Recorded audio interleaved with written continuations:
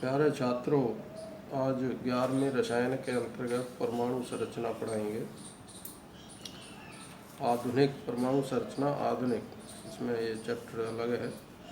तो इस पढ़ा रहे थे हम क्वांटम संख्याएं पिछले टर्न पर, और क्वांटम संख्याओं के अब प्रकार बताए जाएंगे। क्वांटम संख्याएं मैंने पहले बताया था 4 प्रकार की होती हैं। तो इसमें पहली है मुख्य क्वांटम संख्या। क्या है मुख्य क्वांटम संख्या? यह क्वांटम संख्या परमाणु में इलेक्ट्रॉन के मुख्य ऊर्जा स्तर या कक्षा को प्रदर्शित करती है। इसे स्मॉल n द्वारा निरूपित करते हैं। n के मान 0 को छोड़कर पूर्णांक में होते हैं, जैसे 1, 2, 3 इत्यादि। अब आता है द्विंगसीय क्वांटम संख्या, एजीमुथल क्वांटम नंबर कहते हैं इसको। यह क्वांटम संख्या परमाणु में इलेक्ट्रॉन के ऊर्जा स्तर या कोश को प्रदर्शित करती है। इसे स्मॉल l से निरूपित करते हैं। तो l जो द्विंगसीय क्वांटम संख्या, ये बराबर होती है n-1। l के मान जो होते हैं n से 1 कम, n-1 के मान के बराबर होते हैं, और 0 सहित होते हैं। तो जैसे हम देखते हैं, जैसे n बराबर 1 तो l बराबर 0, n का मान 2, l बराबर 0 और 1, n बराबर 3, l बराबर 0, 1, 2, n बराबर 4, l इज इक्वल टू 0, 1, 2, 3। ये उप ऊर्जा स्तर को भी बताती, जैसे l बराबर 0, 1 इसमें और उप ऊर्जा स्तर है। n बराबर 2 के लिए l के 2 मान हैं, 0, 1, तो ये 1s है, इसमें 2s, 2p। और n बराबर 3 के लिए 0 के 3 मान, 1, 2, 3, तो 3 इसमें ऑर्बिटल होंगे, 3s, 3p, 3d।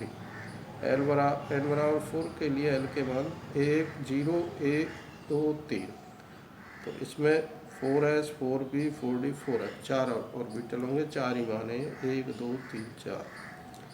इस प्रकार अब आती है चुंबकीय क्वांटम संख्या।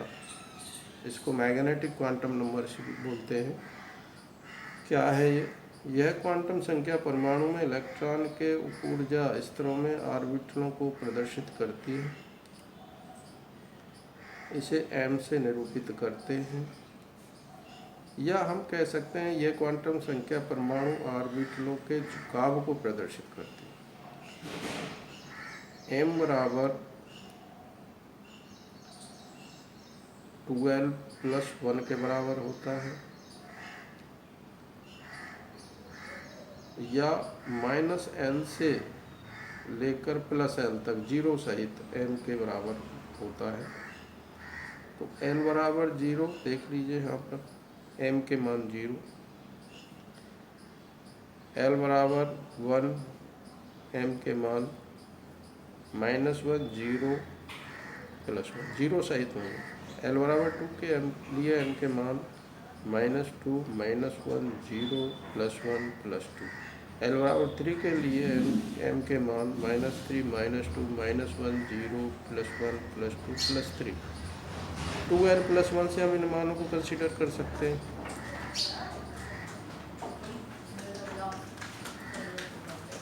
l बराबर 0 के लिए m का एक ही मान होगा। l बराबर 1 के लिए m के 3 मान होंगे, 2l + 1, 2 गुणित a + 1, तो 3 मान होंगे, 1, 2, 3। l बराबर 2 के लिए n के 5 मान होंगे, 2l + 1 में रखेंगे, 1, 2, 3, 4, 5। ऐसे l बराबर 3 के लिए m के 7 मान होंगे, 1, 2, 3, 4, 5, 6, 7। ये ऑर्बिटल को भी शो करता है। पहला s, 3 मान है वो p, 5 मान है वो d, और 7 मान है वो f। इससे थोड़ा सा रिलेशन निकल के आता है, कोरिलेशन। जैसे s तो एक ही है, p के 3 है, तो इसका मतलब p में 3 उप ऑर्बिटल होते हैं p के, px, py, pz। ऐसे डी के 5 उपार्बिटल होते हैं जिनमें 2-2 इलेक्ट्रॉन रहते हैं। ऐसे एफ के 7 उपार्बिटल होते हैं जिनमें 14 इलेक्ट्रॉन 2-2 के रूप में भरे रहते हैं। अब आता है चक्रण क्वांटम संख्या, फोर्थ। इसको स्पिन क्वांटम नंबर भी कहते हैं। यह क्वांटम संख्या परमाणु में इलेक्ट्रॉन के चक्रण को प्रदर्शित करती है। इसका मतलब परमाणु में इलेक्ट्रॉन कक्षाओं में चक्कर काटता है और इसके अलावा वो अपनी धुरी पर भी घूमता है। तो धुरी पर वो पूरा साइकिल नहीं लेता, पूरा चक्कर नहीं लगाता, आधा चक्कर लगाता है। तो आधा दक्षिणावर्त क्लॉकवाइज और आधा वामावर्त, ये दोनों स्थिति दी हैं इसमें। ये इसका क्लॉकवाइज है, दक्षिणावर्त है, और ये वामावर्त। दक्षिणावर्त को हम +½ से प्रदर्शित करते हैं इस प्रकार, वामवर्त को इस प्रकार करते हैं। इसमें लिख देंगे वामवर्त और ये दक्षिणावर्त।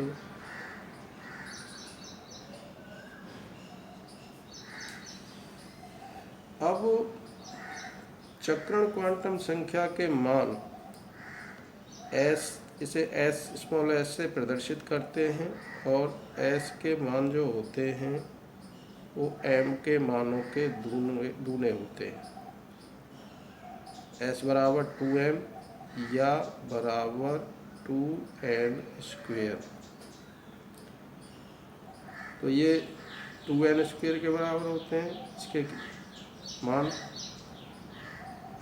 या m के मानों के दूने होते हैं। तो अब हम यहाँ समझ सकते हैं सबको। ये छात्रों मैंने एक टेबल के रूप में बताया है और इसके अध्ययन से सब बातें क्लियर हो जाती हैं। दोबारा से मैं n, l, m तथा s में संबंध, चारों क्वांटम संख्याओं में संबंध है। जैसे n बराबर 1, l का मान l बराबर 0, m बराबर 0। तो इसके लिए s के 2 मान होंगे। इलेक्ट्रॉन अपने धुरी पर चक्र काटेगा तो आधा दक्षिणावर्त और आधा वामावर्त। तो इसको +½ से प्रदर्शित करेंगे दक्षिणावर्त को, और वामावर्त को -½ से। ऐसी n बराबर 2 के लिए l के 2 मान होंगे 0 और 1। m के जो मान होंगे वो n बराबर 2 के लिए 0, -1, 0 और +1, ये मान होंगे। s के प्रत्येक के दूने होंगे इसके लिए। m बराबर 0 के लिए +½ -½ ऐसे ही -1 के लिए +½ -½ 0 के लिए +½ -½ और 1 के लिए +½ -½ ऐसे ही n बराबर 3 के लिए। देखो एक बात और मैं स्पष्ट कर दूं, इसके 2 मान हैं। n बराबर 1 के लिए s के 2 मान हैं। 2n² से हम इसे कंपेयर करें, 2 × 1 का वर्ग, तो 2 ही मान है। n बराबर 2 के लिए अभी मैंने बताया ये 1, 2 और 4, 6, 8 मान हो गए। तो 2n² में रखेंगे तो 2 × 2 का वर्ग 8 हो गए। ऐसे n बराबर 3 के लिए इसके अलग मान होंगे, 18 मान होंगे। तो देखो शुरू से करेंगे। n बराबर 3, l के मान 1, 0, 1, 2, m के मान 0, 0 के लिए 0 और l बराबर 1 के लिए जो मान है -1, 0, +1, 2 के मान में आ जाइए -2, -1, 0, +1, +2। और s के जो हैं प्रत्येक के लिए दूने होंगे। अब हमने सुविधा के लिए इसमें +½ -½ को +−½ के रूप में लिखा है। m बराबर 0 के लिए +−½ -1 के लिए +−½ 0 के लिए +−½ और +1 के लिए +−½ इस प्रकार ये सब दूने हैं। और ये मान हैं 18 मान, 2 ये और 6 ये, 8 और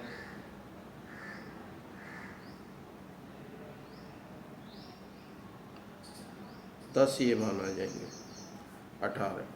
तो ऐसे ही n बराबर 4 के लिए l के 4 मान होंगे 0, 1, 2, 3 एम के मान होंगे एल बराबर 0 के लिए एम 0, एल बराबर 1 के लिए एम के -1 0 +1, एल बराबर 2 के लिए -1 -1 -2 0 +1 +2, एल बराबर 3 के लिए एम के मान होंगे -3 -2 -1 0 +1 +2 +3। इसी प्रकार ये मान टोटल हुए 1 और 3 4 और 5 9 और 7 16 और इसमें होंगे ये 32 मान टोटल। तो यहाँ ये जगह कम पड़ गई है। जो L बराबर 3 का मान है वो M का जो मान है लास्ट वाले उसमें, तो ये S के मान में नीचे लिख दिया है मैंने। तो ये टोटल इसके जो है का हम अध्ययन कर सकते हैं। तो ये क्वांटम संख्याएं पूरी हुई। इसके बाद में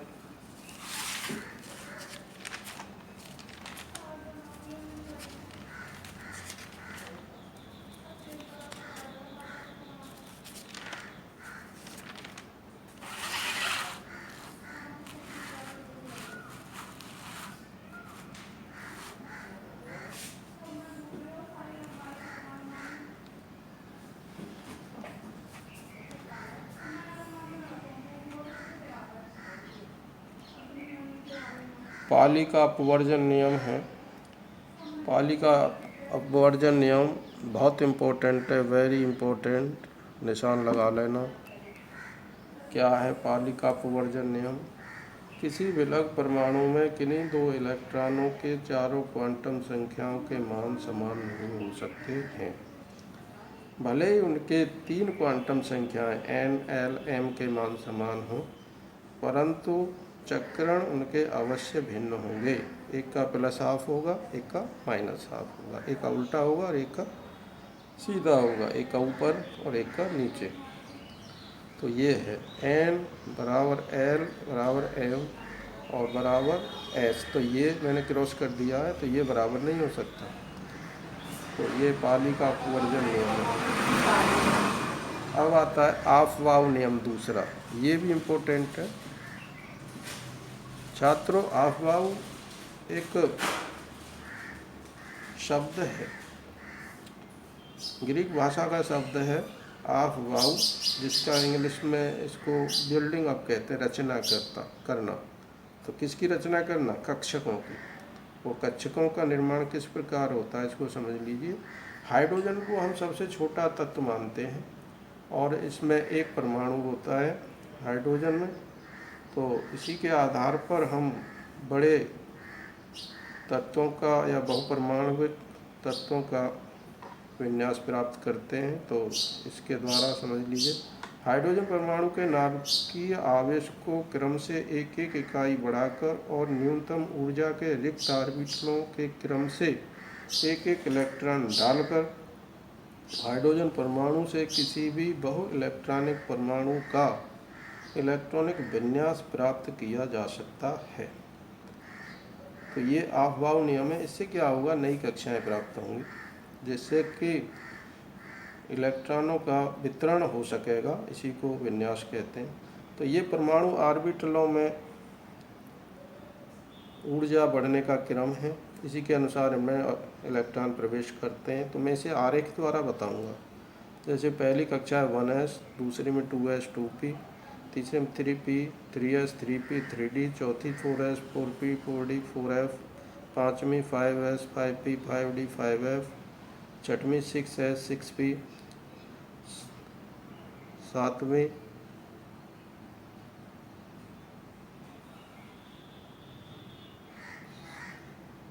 7s 7p। तो पहला इलेक्ट्रॉन जो जाएगा वो 1s में जाएगा, पहली कक्षा में जाएगा।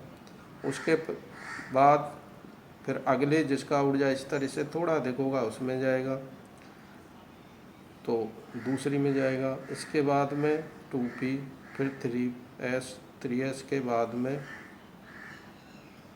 3p 4s, 4s के बाद में 3d में जाएगा।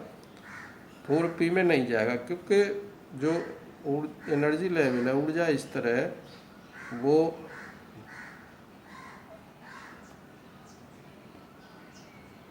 3D का 4S से अधिक है, और उसके बाद में 4P में, फिर 5S, इसी प्रकार क्रम से 4D, फिर 5P, 6S, फिर 4F, मतलब 6 में पहुंचने के बाद S के फिर 4F में जाएगा। चूँकि 4F का ऊर्जा स्तर वो 6S से ज़्यादा है, तो फिर 4F में, 4F के बाद 5D, 6P, 7S, और 7S के बाद में 4F और 7P। तो इस प्रकार ये आपका प्रिंसिपल है। तो आज के लेक्चर में इतना ही छात्रों। इसको आप YouTube चैनल है और आप सब्सक्राइब कर लें, जिससे आपको लाभ मिलेगा। धन्यवाद।